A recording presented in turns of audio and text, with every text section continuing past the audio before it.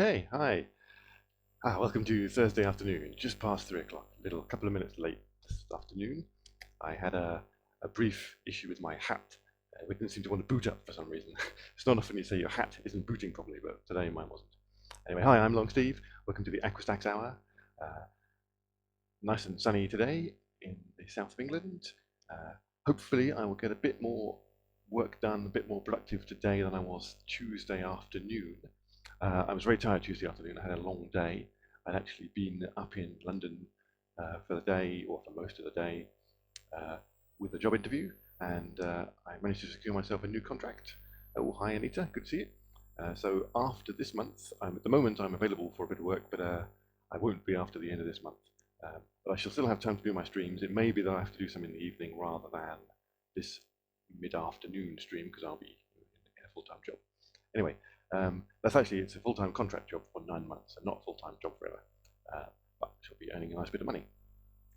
But I have spent a little bit of time working out some things that I did wrong on Tuesday, because it was very tired. I was knackered Tuesday evening, and I wrote a bit of shabby code. Although, to be fair, what I was doing was I was experimenting with some ideas that I had, and what I tend to do is slap in bits of code to see what works, and then I tend to refactor it later, which is my buzzword. Let's remove what I've done. I did a bit of playing around after the stream, and I think it was yesterday,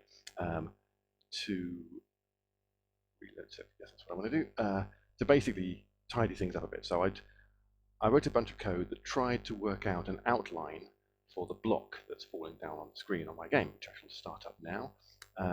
And it's all a bit ropey, and you can see I'm doing complicated if statements with multiple conditions and bits of duplicated function here and there with variable names that I can't even remember what they were supposed to be now. So it's like pretty bad. But I do basically remember getting one or two things working, and from there, without the pressure of being on the stream doing it live, I worked out a slightly better way of doing it, which I shall now go through. Anyway, let's start up my build gulp serve, yes, which will serve the app. I was also rather rushedly booting things up today and trying to fix my hat. Let's check it still works. I did this before the stream started, or before I started streaming. So I'm going to do hat Cylon, see what happens. Yay, we got the Cylon effect going on. Good. Hopefully you can control the hat in the stream if you like, type in things in the chat window, and if anybody joins or follows me on Live Coding TV, you'll get some fireworks and some hat light effects. I'm thinking I'm going to reduce the verbosity of my bot Tim in the chat window. He greets everyone and is very, very friendly, but there's a lot of just basically Tim chat going on. So I might reduce that a bit. I watched the stream of Chozilla, I think it was, a couple of days ago, for a good few hours in the afternoon while I was doing some other things. And he had some really good ideas about the chatbot stuff and how it works. So I might borrow some of his ideas and implement those myself. But if I make the chatbot less talkative in the window, I might actually make my hat lights do things when people talk in the chat window, just to have something going on, which is nice and cool.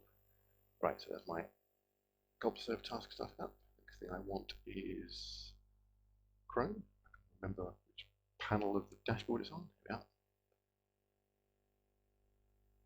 Right, so what I ended up doing on Tuesday was removing the triangle outlines from my blocks that are rendered, and I attempted to put in these outlines for the blocks, but I ended up with like just one scenario being caught, one type of block or one type of triangle, and then drawing a line. It doesn't always work. It's not always in the right place. It's shabby. So what I will do is I will come back and revisit this code, and we'll see what we can do to make it right.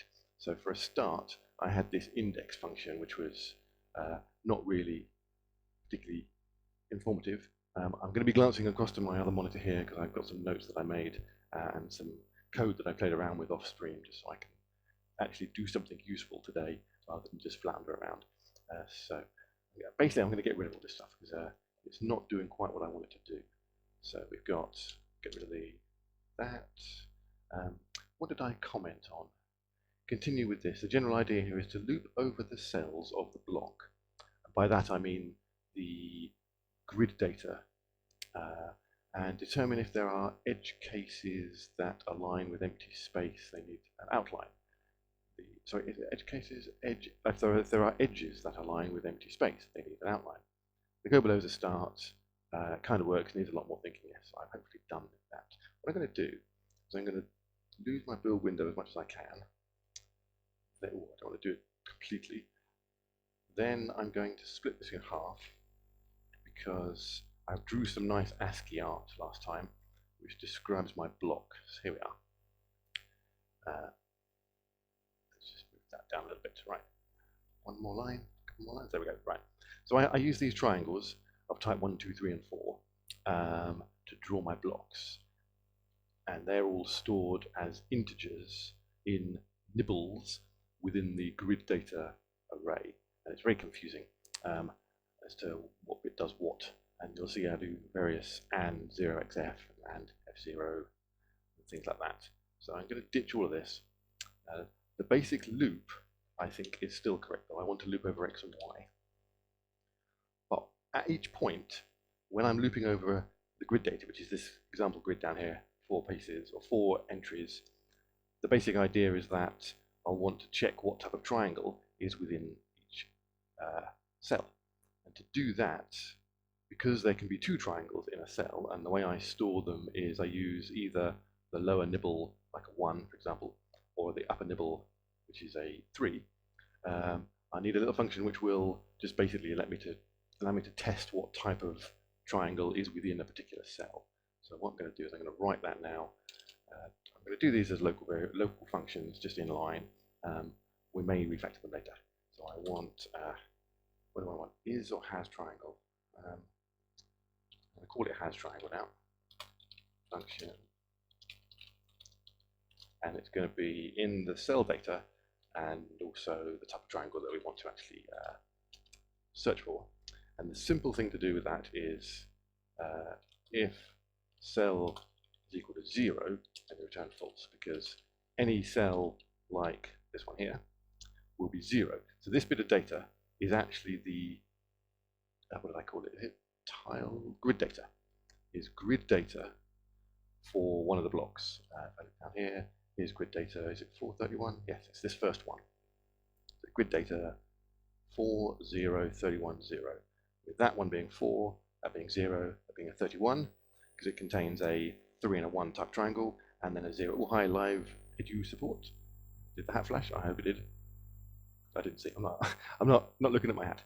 Anyway, but a 31 is a triangle type 3 and a triangle type 1, but it's also the same as 1, 3. 13, 0x, 1, 3. And 0, 4 is the same as 4, 0, because they can overlap each other. Or not overlap, but the triangles can be in either position within the byte. So what we want to do is do if, let's see, I wrote my function before, so it's actually I just want to do a return. And it's, I might just do a few brackets first. So the first one is if cell data, so cell and 0x, let's do 0f. If that equals type, then it's true. Or if it's cell shifted down by 4 bits and 0x, 0f, if that equals type, then it's also true. There we go. I don't need that in there, do I? But I will leave the brackets around those shifts and and. Let's just check that goes blue. Does it match the bracket? Yes, matches the bracket. Right. So basically that tests if the triangle of type is within that cell. And it does so by checking the lower nibble first, and then it checks the upper nibble by shifting the cell down 4 bits and then testing it by masking it there. Nice hat. Is this a puzzle game, right? Yes, it is. Thanks for the question. I did have a nice animated GIF, or animated GIF, animated GIF. I've been coding for so many years, I can't remember how you pronounce it. And it was on the project page of livecoding.tv, but after their massive re-update last week, it's all gone wrong. But I'll just briefly show it to you now if you haven't seen it before. It's on my GitHub page. Just my GitHub page, here we are. So it's an old game I wrote many years ago, and I'm remaking it. Here it is. And it used to look like that on a mobile phone, on an old Nokia phone or a Sony Ericsson. You can see the blocks dropping down. Yes. And so far, my remake is basically just this. Yeah, I haven't changed projects. I'm still doing the same one. I'm only streaming a couple of times a week, so it's taken me quite a while, but I'm getting there. Anyway, so that's my has a cell got a particular triangle. So has a cell, well, does a cell, I should call it does, but what used to be common about these games? Yes. Many games look similar.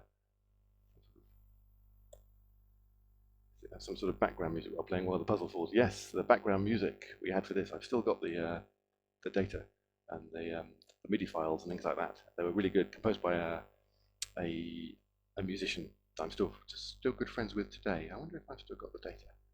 Might be able to play a little bit of sound. Projects, AquaStax. Yep. No digital audio. Well, I suppose it was digital, but you were lucky if you got MP3 or WAV files, digital sound effects. We had MIDI files. Oh, I still got the audio. Resources. Resources sounds. I wonder if this will play. Let's see, WAV files. I've got the water. They're the sound effects. These are probably going to be the. Here we are, the MIDI files. Can I play a MIDI file? I wonder what happens if I double click on a MIDI file. Let's see. Oh, no, it's trying to start it in some, looks like it's, oh, it's VLC. Ah, it doesn't support MIDI files. Please install the sound fonts and things. Okay, no, I'll do that for another day. Have some music playing in the background. Unless I happen to have the WAV files anywhere. Nope, never mind. That's for another day. So, back to my function. Does the cell contain the specific triangle of the given type? Has try. I might rename that. It's not a great name for it. So we want to loop over and check if it has a particular type of triangle. And the point is, if it has a triangle of type 1 in it, and then the cell to the left doesn't have anything in it, or it has a triangle of type 2 or 3 in it, then I can actually draw the vertical boundary line for that cell, and so on. So what I decided to do was to write a function which gets the cell data for each x and y coordinate as we're looping over here, but make sure it returns 0 when you're looking at the x and y coordinates outside of the particular block that's falling down. So let's have a function that returns cell data, and the output from this will be passed into hasTriangle. So cell data, and it's going to be x and y. My notes, yep. I probably want to do I want x and y? X and y is okay.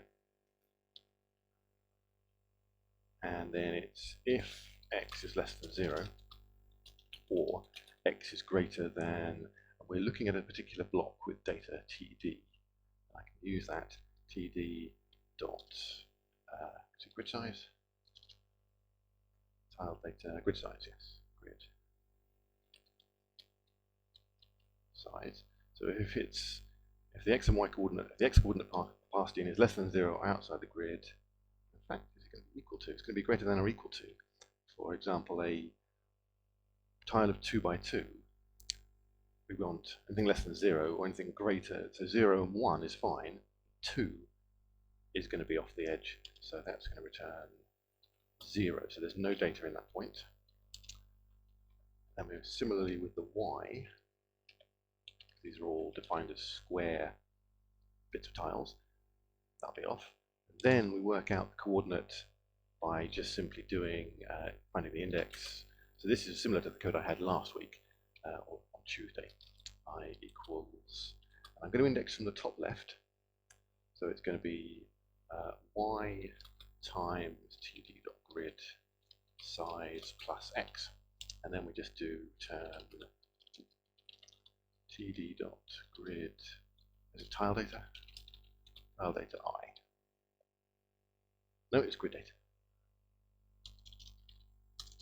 Right.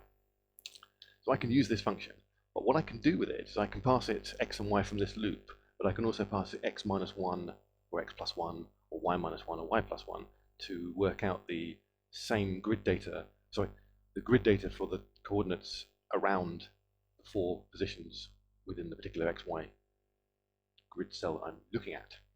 So within this, refer back to my notes. Here we go. So we're going to do cell equals grid data x, y. Okay. Ooh, no, it should be okay. Oh, hi. What was that? Tarek, somebody?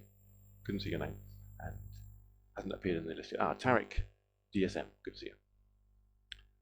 A little bit of a delay between the names appearing in my chat and the icons appearing on the screen. Right. So that's cell data. I'll just comment this as well. Get the data from the XY position of a block. I should call it cell data, I suppose. Get the cell data from the XY position of a block indexed from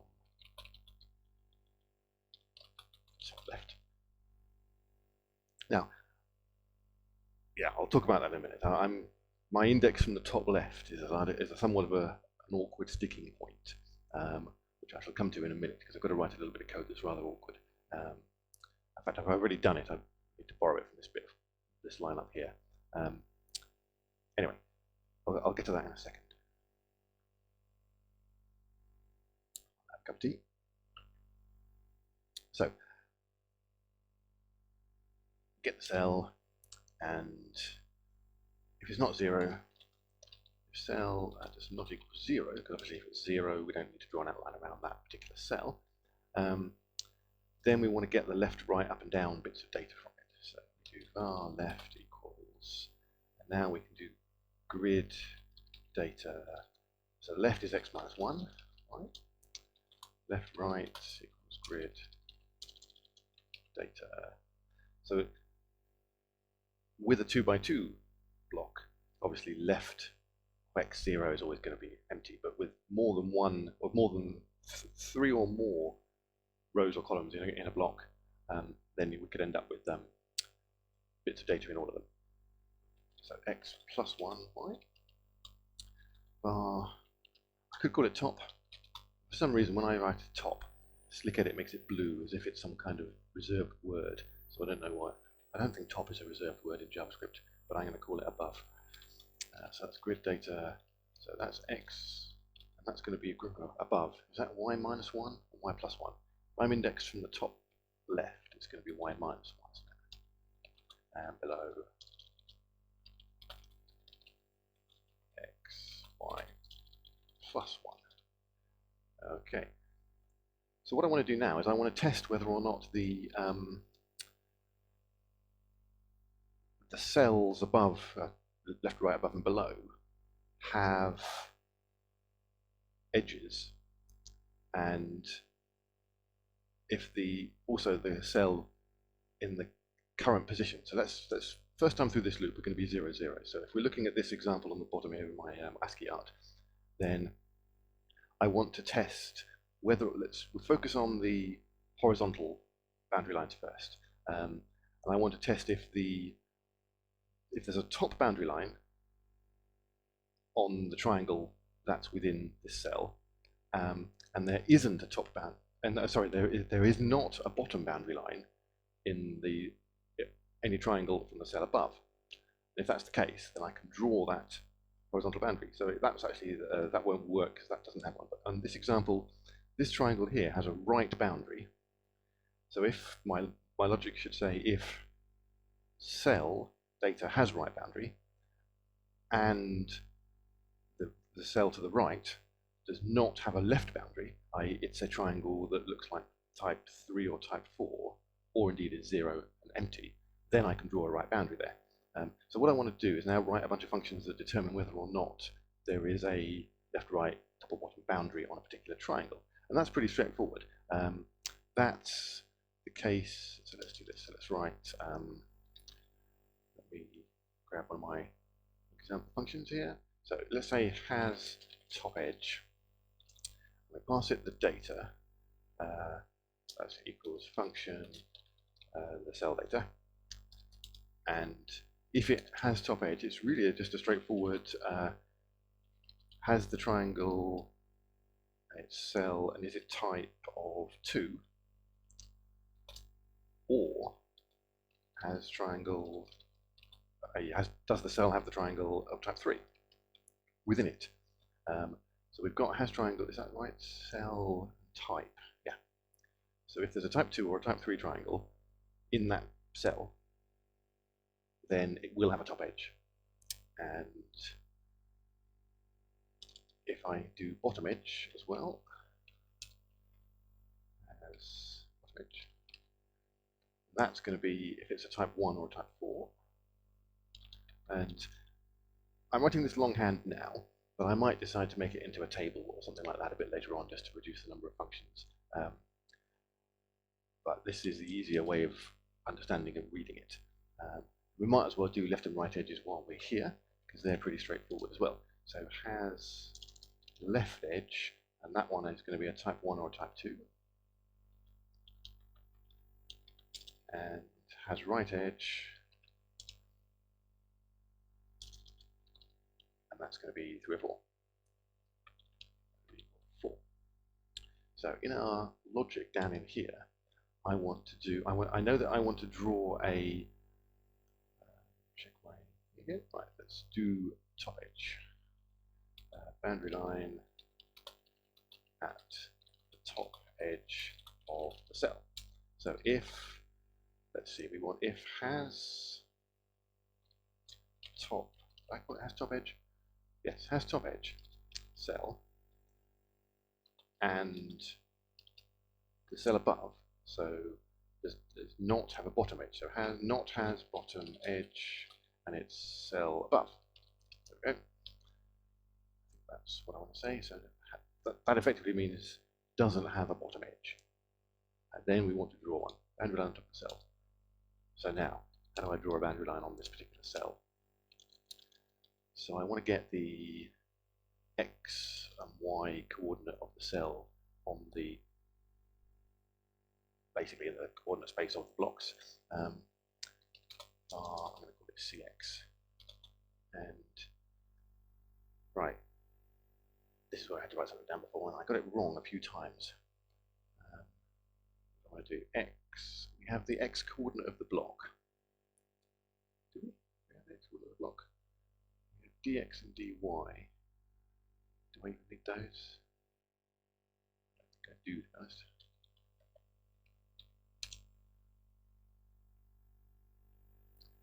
Let's see. Dx and dy.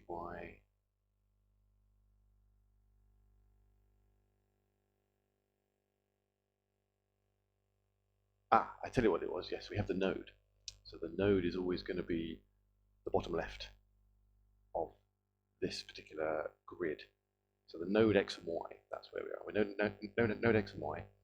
So offset from that, we've got the x position of our cell, and that's simply going to be x times the grid size, which I probably removed when I deleted them at aq.conf for the block size.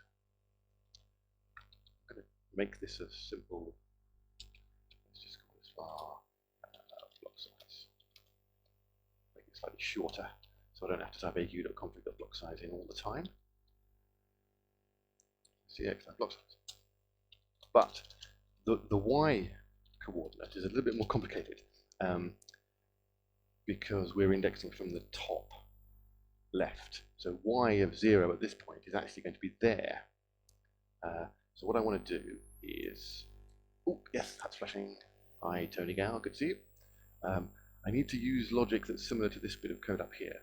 which I wrote to a while ago, which works out the y coordinate offset from the bottom left.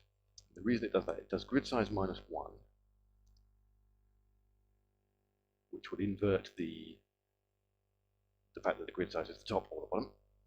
Sorry, the y coordinate is from the top or the bottom. So let's put that in here. What am I doing? No, I need to leave that on my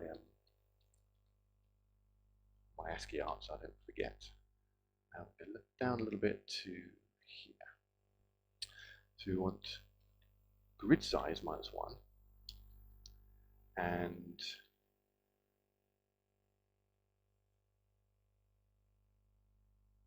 then we want -y off that. So grid size -1 in this instance is going to be that point there. And then we subtract y from it. So as y is 0, we subtract 0, so it's that point. If y is 1, so we're on the next row down, we subtract 1 from it. So that gets us to that point there. So -y.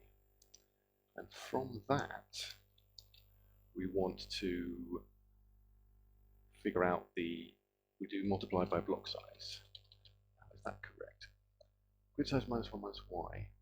So grid size in this case will be 2. 2 minus 1 is 1. -0 is 1. But I don't actually think I need to do -y because I want that top edge there, don't I? So if I do if I literally do grid size -y, 0, 1 and 2 should actually give us what I want, I think. And in order to draw the boundary at the top of the cell, so what this CX is, I'm going to write this as well. CX, CY will be the top left of the cell. Top left of the cell. Top left position.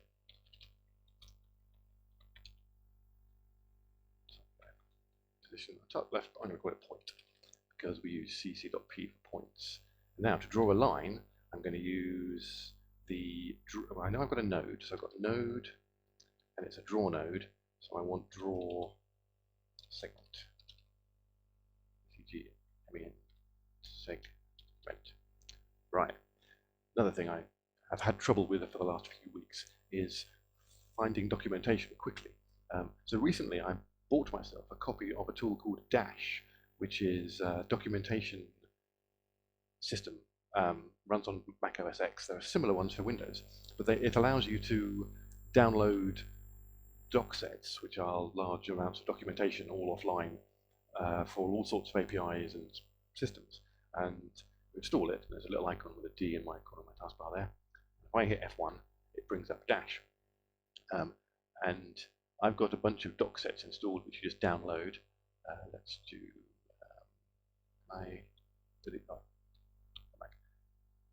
there we go. So we've got all these interesting things. So the entire Android documentation. I've got Cocos2d-JS 3.13, which is what I'm using in my AquaStax project. I've also got 3.14 because I'm thinking of upgrading, but I tried that and it didn't work, so we'll leave that for now. Unfortunately, it doesn't come with the JavaScript documentation. I'm using Cocos2d-JS, the JavaScript variant. The Cocos2d-JS documentation doesn't come with that built in. The docs are in there, they're in the source code as JS doc comments. And if you go to the website, which is where I normally go, so normally at this point I bring up Safari and think, right, I want to look at the parameters for draw segment on a Cocos2d draw node. So I end up going to documentation. I want API docs. Ooh, hi Sam, good to see you. I recognize your face, I'm sure you've appeared before. The beauty of having icons that people can recognize. Now I'm going in completely the wrong place because usually I just do this, API reference. Eventually, after all these clicks, JavaScript, yeah, somewhere down here is draw node. Well, there isn't, you see, there's node. I happen to know that draw node is underneath there. There it is. Now I can finally look at draw segment. It's 2 from line width and color. What I really want to be able to do is just hit F1 when I've typed in draw segment, or even something like draw node and hit F1, and it show me the help. And I'm almost there. What I've done is I've built the Cocos2d-JS docs into a doc set suitable for Dash, and I can type in draw node, and it does actually show me the documentation from the source code for draw node. I can look at draw poly or draw segment, and there it is. Unfortunately, I haven't yet been able to integrate it with SlickEdit, so just hitting the F key will search for whatever's under my cursor. That'd be nice. I'm sure there's a way of doing it, so I'm looking at that. Also, for some reason, the index, the way I built the documentation set, doesn't seem to find functions. So I draw segment, it doesn't think is in there, so it's actually by default Googling it. But it is there, it's in draw node, draw segment. So you have to kind of know that the function is within your class. And also it's defaulted back to the Cocos2d-X document. So if I type in draw node, draw segment, there it is, it knows it's there. So I've got it, but just need to do a little bit of tweaking with the index and things like that to get that to work quickly. I was using it the other day with Cocos2d-X, C++ framework, in Xcode, and that was working really well. I was just literally hitting F1 whenever I needed to figure out what some documentation was, and it was coming straight up into Dash. So it's nice, and it will be useful as soon as I can integrate it properly with Cocos2d-JS.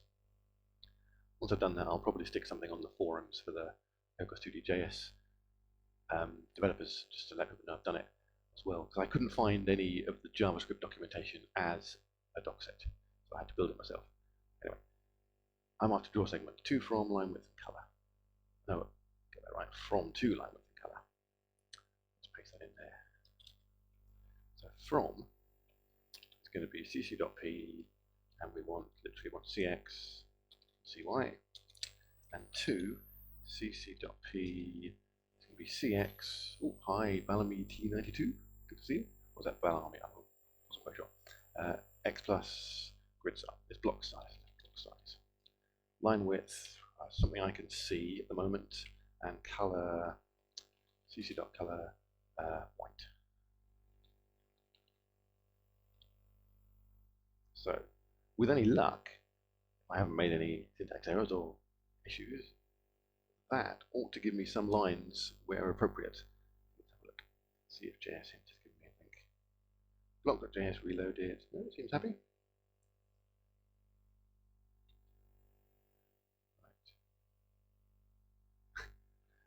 Right. I'd stacked out a rather long time ago, and it had, it's been chugging away in the background, adding 8,000 draw nodes to the scene. I should implement the stack out feature, so it stops when it gets there. Let's close that and restart it. So also I have made a mistake somewhere, so let's see. Grid data is not defined. Where is that then? 142.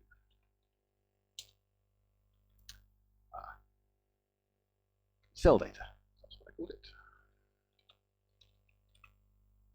Better change all these as well, haven't I?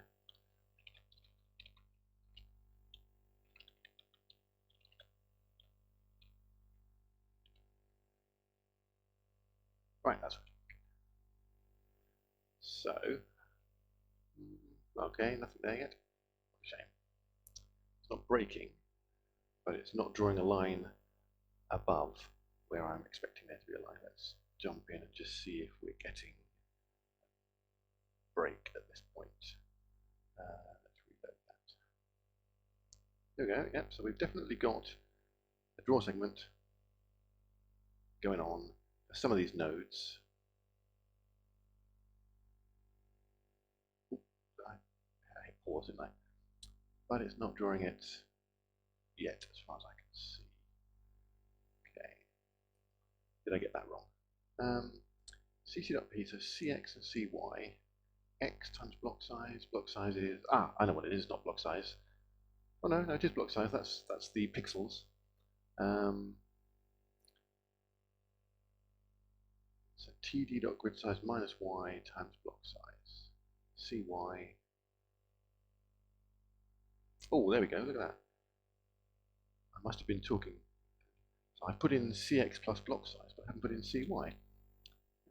Interesting, I don't know what that would have done. probably left it at 0 or maybe undefined. Anyway, causing something funky to occur.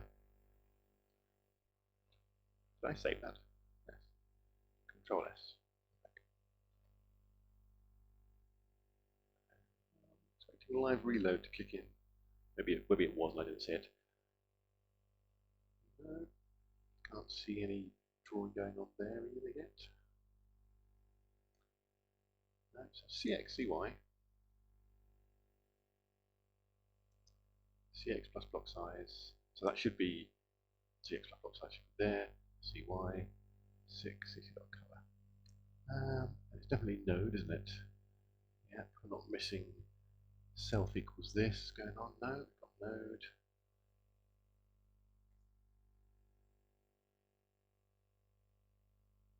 Right.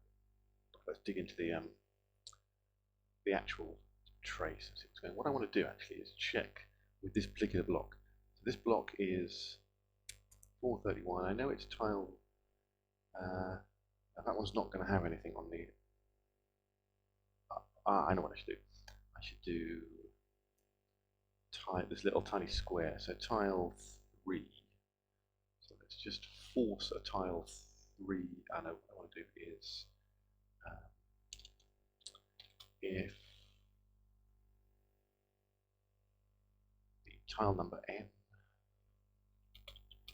is 3.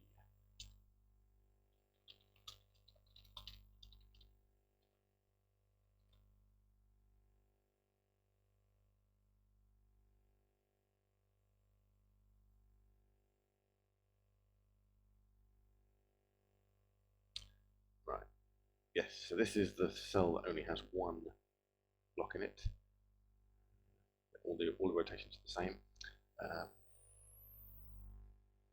I want to do is step through. Oh, hi, Adia or Adida. Not sure how you pronounce your name here. I always say that. 0, 0. Cell data. So cell in this case is going to be 49. Yep. So we've got these two 49 in hex. Sorry, 49 in hex. I think it's 31 in 49 in decimal, 31 in hex. That's right. It's going to be basically that little block there. And then we come down. We've got CX and CY. Let's make sure they're okay. 0 and 50. 0 and 50. Yep, that's right. If cell does not equal 0, that's correct. We've got left to right, above and below should all be zeros because this actual cell only has one, this block only has one cell in it. So all these come back to 0, they do. And then has top edge of the current cell, which should be true, and not has bottom edge of the above cell, which should also be true. There it is, right. So we're drawing a point at CX, CY, 0, 50, 50, 50, which, and it should be, let's drive into that, jump into that draw segment. It's 11, isn't it? Here we go. Then shift 11, come out. 11, that's making the point. Shift 11, here we go. Oh, coming out, that's the color. Shift 11. Finally, 2 from, 2 off. From and 2, it doesn't matter. From and 2, radius, color. That's my color ARGB. Right. So yeah, that does all the business for drawing a segment. But why is it not being drawn on the screen then? I wonder. Let's continue on from that. Of course, I also need to force that block to appear. So I can see it. Block 3.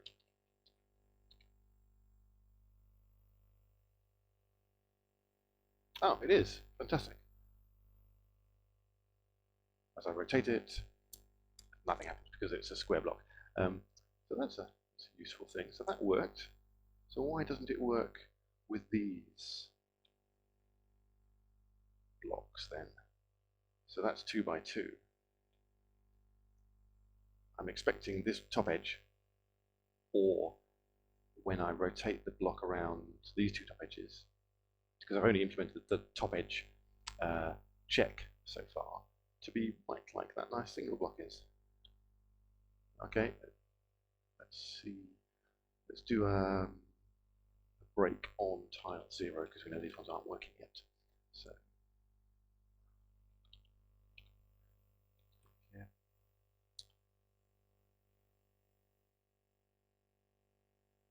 Definitely bottom left, the anchor point of the blocks. Or is it? Ooh, I've just remembered something. Draw nodes might be the other way around because they use actual OpenGL rendering commands under the covers, and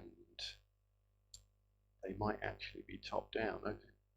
What did I do here? So this was my dx and dy when I was doing creating the tiles. So I did grid size -1 minus that bit of math there works out the y coordinate. So why did I do that? Grid size -1 minus y.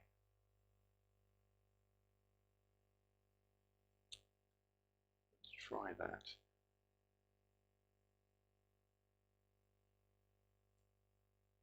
So grid size -1 minus y. I haven't yet figured out why that's true, or why that's relevant.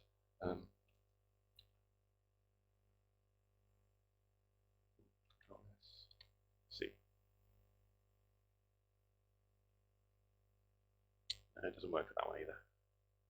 Does it still work for the type 3? See, no, it puts it on the bottom. That's not what I want. Grid size -1 minus y. Grid size is 1 minus 1. Yeah, it's going to be on the bottom. I think my original logic was right, but it's not working yet for anything more than 1. So there's probably something going on there.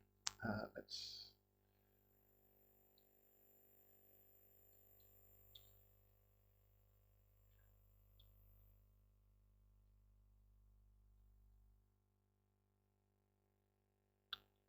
lost a bit of logic on. There we are. Right.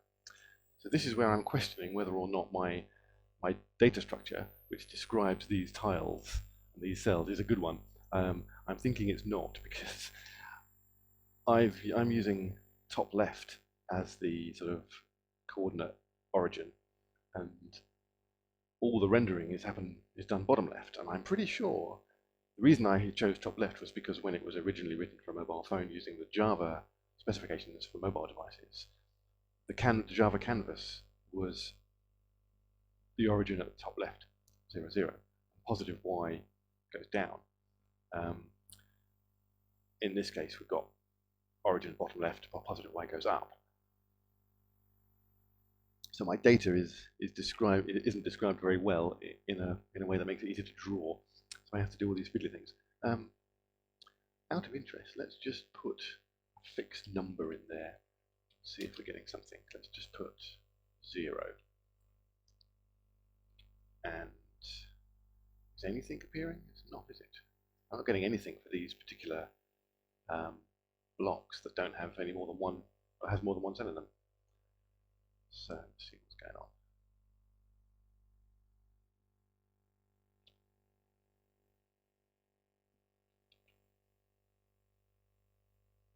Just check my notes that I made. Try and miss anything out. That's all pretty much what I did before I jumped onto the stream today.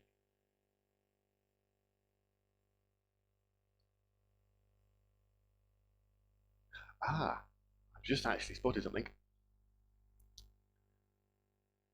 Right.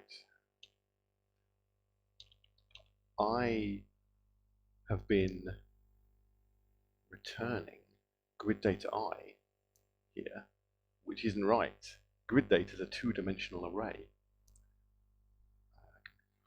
Control U, uncopy.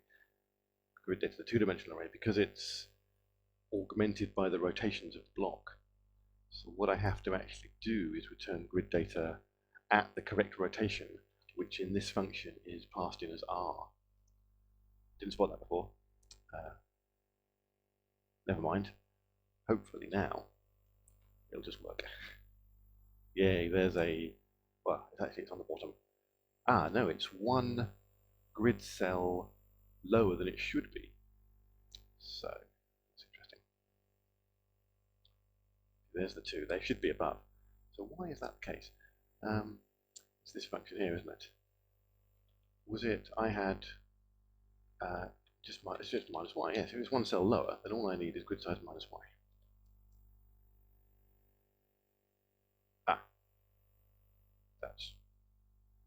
Those are good. That's not good. That one is that one. So why is that one failing then? Because that one should be has top edge on the cell and not has bottom edge from the above cell. Y minus 1. Are these ones correct still? So let's just double check my numbering. Has triangle is cell and type.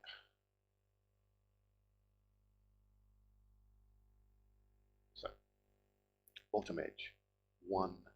I got that wrong. Bottom edge is 1 and 4. That's got a bottom edge, so it's that one. Let's just double check the other ones. Top edge 2 and 3. 2 and 3. Left edge 1 and 2. Left edge 1 and 2. Right edge 3 and 4. Right. There we are. Now there's no outline in the middle. As soon as I rotate it to an orientation where there's a block with nothing above it, then it gets the outline. That's more like it. And these other ones are all working as well. Each of the top outlines is in the right place. Excellent. That took a bit of working out, but I got there. But crucially, the logic is a bit more easy to read, I think. That was what I was having problems with before, or the code I wrote on Tuesday night when it was rather late and I was tired. So let's continue this.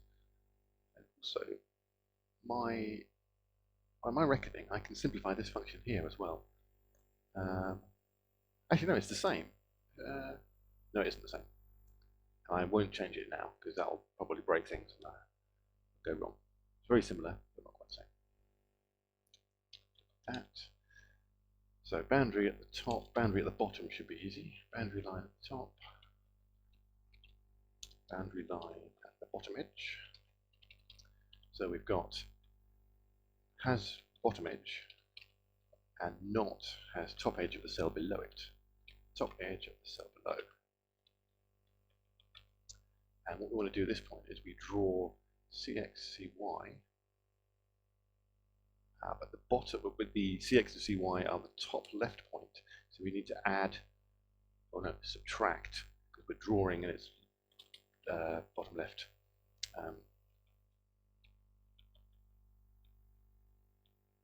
Origin. So minus CY minus block size, CY minus block size. So let's do that. Broken. Let's see if I can quickly see what that was. There we go.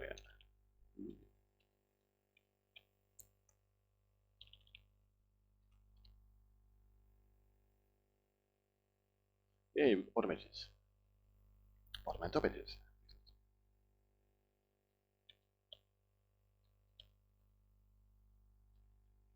Great. Right. Other thing I'm going to quickly do is determine addBlockOutline. I won't change the color as a parameter yet, but I will just do outline color.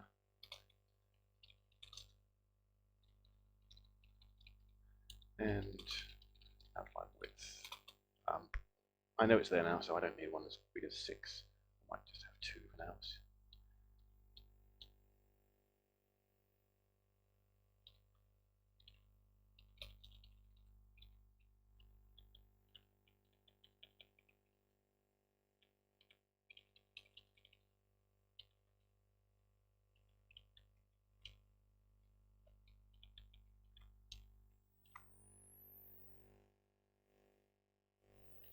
Hi TTVI, good to see you. Let's just check that. Yeah, nice small outline now, good. So bottom, then we have left. Boundary line at the left edge of the cell. So has left edge cell and not has right edge of the cell to the left. This is going to be CX, CY, and then we want to do CX, CY minus block size to come down by one cell size. Yep, there's the left edge, lovely. Let's rotate that. There it is. And then finally right edge. Boundary line at the right edge. Cell has right edge. Not has left edge of the cell to the right. And here we're just going to be the same X. This is going to be plus block size.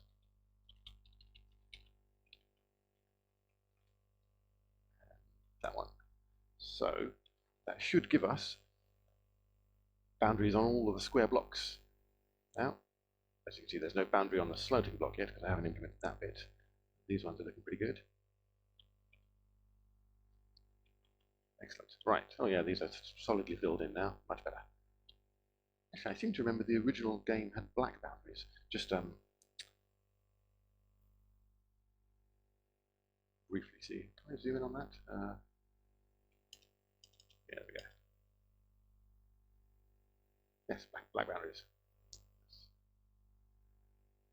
Although I'm currently working on a dark background, so that's probably not going to be as good. Hi, Isrador. Good to see you. It's not too bad. I can live with that for now. At least it gives them a nice contrast to the grid white lines, which I'll get rid of the grid lines at some point in the future as well. Anyway, so now we want to do the diagonals. So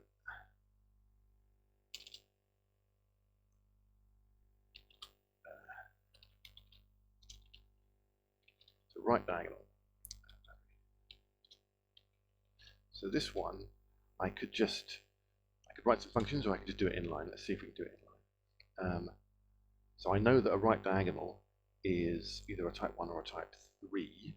Looking there or there. So we can do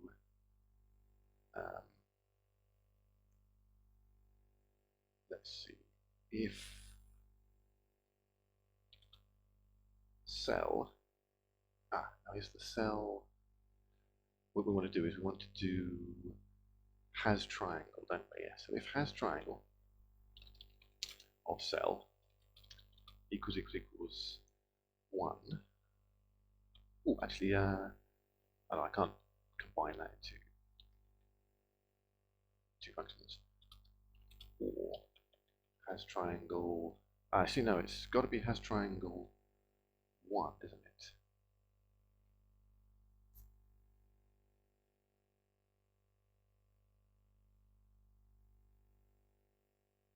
I'm just realizing something actually.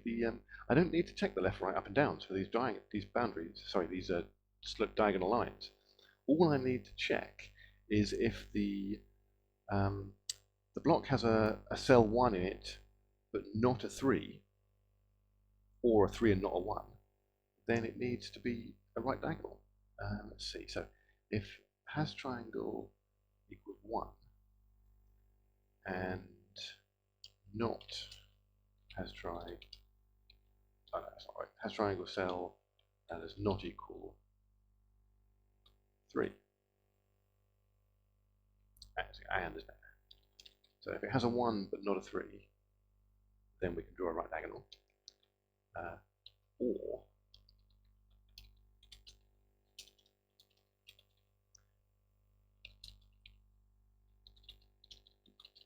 cell, or it's a 3, and let's try cell does not equal, oh no, that's Boolean, isn't it? What am I talking about? Has triangle is my higher level function that takes 2 parameters, cell and type. So it's actually has triangle cell 1 is true, and has triangle cell 3 is false.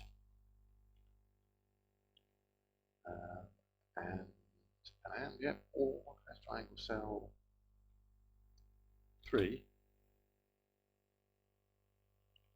and not triangle cell 1. Let's make sure those brackets all match. Yep. Then we draw the right diagonal. So right diagonal is going to be something like top left to bottom right, isn't it? So top left is CX, CY, bottom right is going to be CX plus block size. No, it's going to be, yeah, CX plus block size, CY times block size, times plus CY plus block size. So there's, oh, there's a right diagonal, but it's going the wrong way. Close. It's minus, isn't it? I need to do CY minus block size. 4 types of triangle, yes. It's just the 4 rotations of a right angle triangle. There's a good reason for all the complicated methods of storing these triangles. And it's because as these blocks fall, this grid, so you see the grid, the data that makes up that block in terms of these individual numbers, these 31s, hex 31s and hex 4s that make up the triangles, when it lands, the data is inserted into the grid structure. So that at any given time I've got a structure which contains a static copy of all the data that makes up your stack that you're building. And from that, later on, is worked out all of the pathfinding for the little characters that walk around. So you've got these little gumblers, they're called. They're a bit like Oompa Loompas, but obviously Oompa Loompas are a trademarked thing. The gumblers walk around and they climb the stack while you build it. And to do that, it uses a pathfinding algorithm across the data of the grid. And the reason for using all these numbers is that they can all be really easily inserted into the grid. And in fact, I think it's called grid underscore data. Is it, or is it game? No, it's game grid. I think it's within the grid class. Somewhere up here is a big game grid structure. There it is, game grid. That's all the data for the blocks goes into game grid. At some point, game grid is then used for pathfinding. And it's also used for clustering of blocks together for falling and things like that, which is what I'm going to get onto after I've done these outline drawings. Anyway, back to where I was. So that was bottom right. Last one, bottom left, or a left diagonal, I mean. Right diagonal, left diagonal. So this one is going to be, if it's a triangle type 2, and there isn't a triangle type 4, which is the other one within the same cell, or we've got a triangle type 4 and there isn't a triangle type 2, then we've got a left one. So that's going to be CX plus block size. So that's the top right, and then it's going to be CX and CY minus block size. So we delete that bit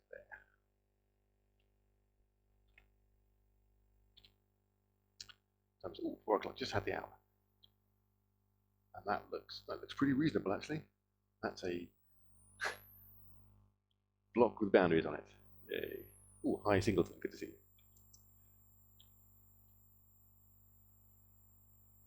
Excellent. Now these are actually beginning to look like proper tiles.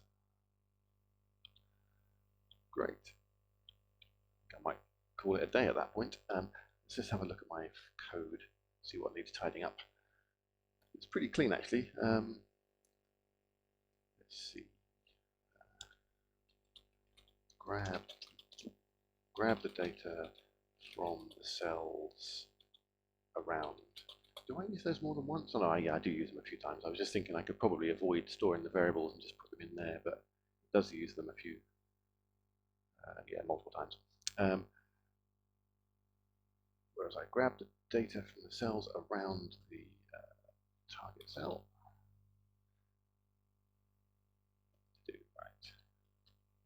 That's pretty much done.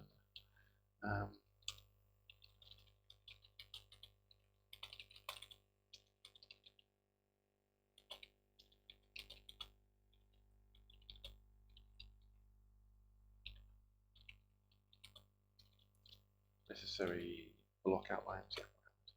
So has right, they're pretty self-explanatory. I need to comment a function called has right edge. Cell data, I could have called that get cell data, but I didn't. has triangle. Yeah, that's fine.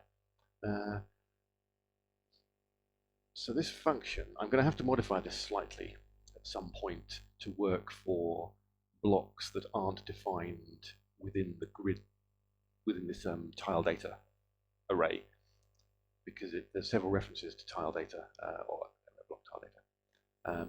But that should be pretty straightforward. Also, there's a couple of other things I could do. I've got multiple calls to draw segment here. I could easily store these points and just basically work out so store an array of vertices, array of lines, their edges for the blocks, and draw them all in one go by using something like draw polygon or something. But I'm going to leave it as it is for now. That's premature optimization, I think. The chances are that I think the Cocos2d-JS framework will optimize that under the covers anyway, because I'm calling draw segment multiple times.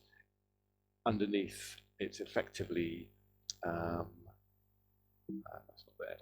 The actual code for draw segment is actually accumulating an array of vertices, and we'll draw it using a single OpenGL draw call anyway, so I don't need to worry about that. So next job is going to be to, when a block lands in the grid, in fact, I'm going to write this down, so I'm going to save that. I'm going to update my refactor file. So we've got, oh, it's the 2nd of March, blimey. 2nd of March. Where's the year going? Right. Implement the addBlockOutline function. I've done that. Okay. Implement the clustering code so that blocks are created from joined areas of blocks of the same color. I've been trying to maintain the American standard color in my code. So where are we? Block down in here. I use color somewhere. Here we are. My variable is color with the American spelling, because that's what Cocos2d-JS uses. Whereas when I'm writing plain text, I should definitely stick to being English. So implement the cluster code so that blocks are created from joined areas of, so that larger blocks are created from joined areas of fallen blocks, whatever, of the same color within the grid. So that's what we'll start next. Now I can actually visualize the blocks. What's going to happen is when they land in the grid, blocks of the same color effectively will join together. So that section at the bottom there won't be two separate blocks. It will be one block of red with an outline around it, and so they won't see the diagonal line there. And to do that, I shall need to sort of cluster the red blocks together and make a new block out of it. It should be pretty straightforward, I think. I don't think there's anything complicated in that. And then just modify this function that we've written so that it can render that all in one go. And once it can do that, then all the blocks will be kind of separate within the grid, so that they should be able to be dropped automatically if blocks break. So the bit after the clustering is the breaking of blocks, and that's where pointy blocks like this, when they land on a flat surface, will break the block underneath. In fact, both blocks break. So, hi PyDecoder there, good to see you. I'm just about to wind up for the day. Reasonably happy with the bit of code I've written, and it's working quite well. So I'm just talking about block breaking and a bit more work on the clustering to do, and then block breaking. And then that should be it for the kind of stack logic, although there's a bit more to do in terms of making the blocks drop faster, and I fixed my bug with sliding blocks. There's a glitch at the moment where if you slide a block down a large slope, it kind of jitters. So I'll look at that somewhere as well. But I think once I've got the stack logic done, I'm going to focus a little bit on something completely different, which is actually building and deploying the game live so that people can play it. I mean, you can grab the code off GitHub and build it yourself if you wanted to try and play around with that. But what I'm going to do is actually deploy it on AquaStax.com and start doing automated builds whenever I make changes or whenever I push stuff to a master branch on GitHub or something like that. This is a bit of a change. I think I spent almost 3 months on dropping blocks, and I think I'll have a bit of a change, and then we'll just go straight into the next bit, which will probably be the animated sprites. So, am I familiar with Tetrinet or Tetris Battle? No, that's not one I've heard of before. So somebody the other day mentioned Not Tetris, which that looked quite fun. I had a quick look at that, and it's basically Tetris with physics, so your blocks can land all over the place. Let's just search for Not Tetris. Actually, I could implement a bit of Tetris logic in this really simply. So if I deploy the game for people to play, I can just put in like a really simple throwaway Tetris logic. So if you get a block of cells that are fill up the entire grid, it disappears. Just something like that to make it playable. Yes, Not Tetris. So what's Battle? Tetris Battle. Let's have a quick look at that. So this is Not Tetris.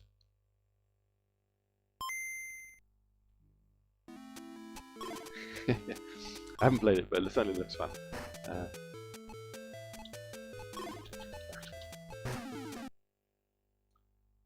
Free online Tetris. Load of adverts, and it probably uses Flash, does it, which I haven't got installed.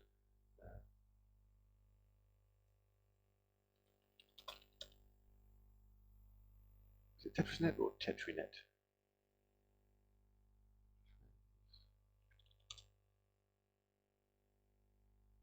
Free online multiplayer Tetris. I should definitely have a look at that.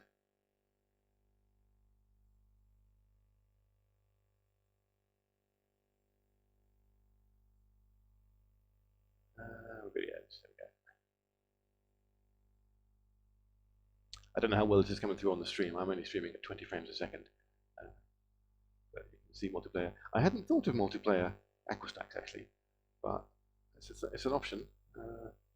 When I've done the game logic as much as I want to, I can certainly expand on it a bit. Anyway, that's enough of me for the day. I shall commit this to GitHub now. So, blocks.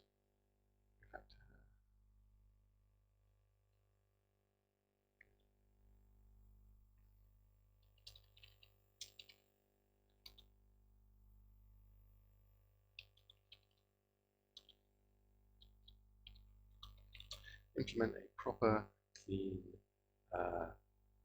addBlockOutline method. That's a bit easier to understand than my previous attempt. There we go. Push. That looks like it's gone.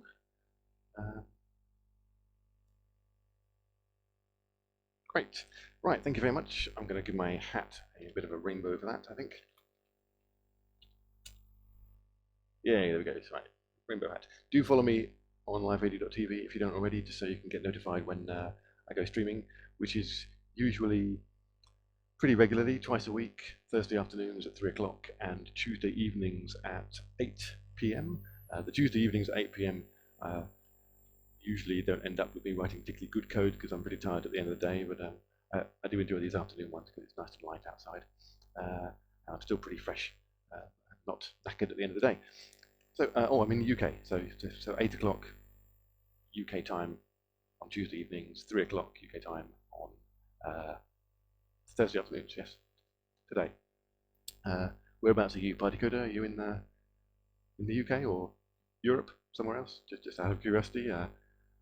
Not being personal, I'm not prying too much, just asking where people are, but it's nice to know sometimes where people come from. Also, if you're not a native English speaker, I sometimes tend to speak a bit quickly, so I rattle on. Always do tell me to slow down if you need me to. In the US, on the Pacific coast, oh wow. Hope it's good out there today. And depending on what time that is on a Tuesday evening or a Thursday afternoon, I'll see you again next time. Right, I'll jump back to my splash screen. So let's just Do I want to close that? No, I shall leave it going. I'll quit things later on. Anyway, thanks for watching, and I shall see you soon.